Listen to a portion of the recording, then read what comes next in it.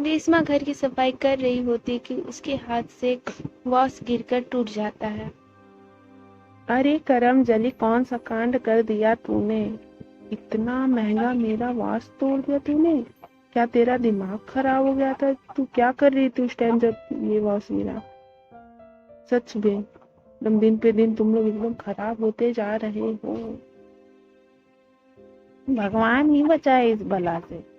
तान कैसी मेरी किस्मत है। चंपा चाची, मैंने ये जानबूझ के नहीं किया, गलती से मेरे हाथ से गिर के टूट गया। प्लीज मुझे माफ कर दीजिए, अभी मैं इसे साफ कर देती हूँ। आप चिंता ना कीजिए, मैं अभी साफ कर दूंगा, मुझे माफ कर दीजिएगा। और हाँ, पिताजी से नहीं कहिएगा प्लीज। तभी थोड़ी देर में रेशमा के पिता आ जाते हैं। चंदा, आखिर क्यों तुम मेरे बच्चे को हमेशा जल्लीकट्टू सुनाती रहती हो? क्यों इतना तुम क्यों कोसती रहती हो? आखिर मेरी बच्ची ने किया क्या है तुम्हारा? मैं कितनी बार बोल चुका हूँ मेरी बच्ची अपशगुनी नहीं है और ना ही काली है। और तुम मेरे बच्चे को कुछ भी बोला मत करो। सुनली? देखिए भाई साहब, आपके बोलने से सब झूठ तो नहीं बदल जाएगा। ये काली का लोटी अपशगुनी ही है। इस अपशगुनी के कारण आज जेठानी जी जिंदा नहीं है। अगर आज ये नहीं रहती तो आज वो जिंदा होती। लेकिन बेचारी मर गई वो। ऐसे ही रेशमा की चाची उसे खूब बातें सुनाती हैं। रेशमा दबदबाई आंखों से अपने पिताजी से पूछती है, पिताजी, क्या मैं सच में अपशगुनी हूँ? क्या सच में मेरी माँ मेरी वजह से मर गई है और इस दुनिया में नहीं है? लेकिन रेशमा के पिता उससे कुछ भी नहीं बोलते, उसकी किसी भी बातों का जवाब नहीं देते हैं। और अगले दिन ही उसे कुछ देखने के लिए लड़के आते हैं और रेशमा के पिता के मुख पर एक विडंबना छाई रहती है कि कहीं इस बार भी उसकी लड़की को कोई मना न कर दे।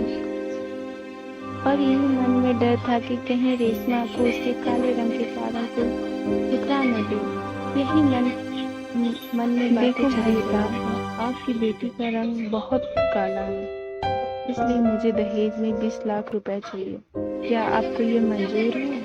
बोलिए भाई साहब।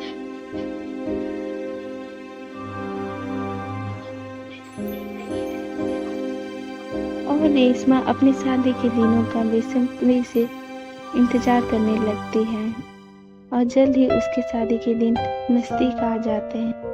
लेकिन अपने पिता के छोड़ के जाने का दुख उसे सताने लगता है और जल्द ही शादी का दिन आ जाता है, जिसमें रेशमा बहुत ही सुंदर दुल्हन बनकर खड़ी रहती है और अपने पिताजी को देखती ही रहती है और पिताजी उसे देखते रहते हैं। पता है किरण बिटिया, इस जोड़े में तू एकदम अपनी माँ की जैसी लग रही है। काश आज तेरी माँ भी होती, वह बहुत खुश होती। मुझे तो यकीन ही नहीं हो रहा, जिसे मैंने इतना खिलाया पढ़ाया, आज उसकी विदाई हो रही है। उसी दिन शंभूलाल अपने बेटी के बारात का इंतजार करने लगता है। बहुत देर से वह एक निगाह बैठाकर बारात को देखता रहता है। तभी रेशमा की होने वाली सास आकर बोलती है, माफ करिएगा शंभूलाल जी, लेकिन अब ये शादी नहीं हो सकती, क्योंकि मैं एक अपशगुनी को अपने घर की बहू कभी भी नहीं बना सकती। आपकी लड़की की वजह से मेरे लड़के का एक्सीडेंट हो गया है, अब वो मरने के कगार पर आ गया है। आपकी बेटी की वजह से मेरा बेटा अस्पताल में है और शायद वो बच भी नहीं पाएगा। इसलिए मैं आपकी बेटी के साथ शादी नहीं कर सकती। माफ करिएगा शंभूलाल, लेकिन आपको यह मानना पड़ेगा कि आपकी लड़की एक अपशगुनी ही है और हमेशा रहेगी। जिसने अपनी माँ को मार दिया तो वो मेरे बेटों को कैसे नहीं मार पाएगी। इतनी कड़वी बातें सुनकर शंभूलाल यह सदमा बर्दाश्त नहीं कर पाया और वहीं उसे हार्ट अटैक आ गया और वो वहीं पे मर गया। दोस्तों, हमें कभी भी किसी के बारे में ऐसी बातें नहीं करना चाहिए जिससे वह इंसान दुखी हो। हमें हमेशा ही दूसरों के अच्छे के बारे में सोचना चाहिए, चाहे वो जैसा भी हो।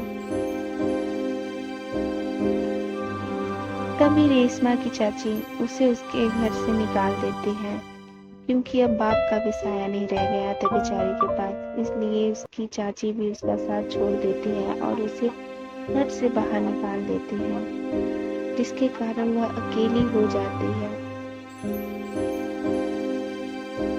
फिर रेशमा चलते चलते एक जंगल में पहुंचती है, जहां वह एक तालाब में सोए हुए एक लड़की को देखती है और फिर वह उसकी जान बचाने के लिए सोचती है।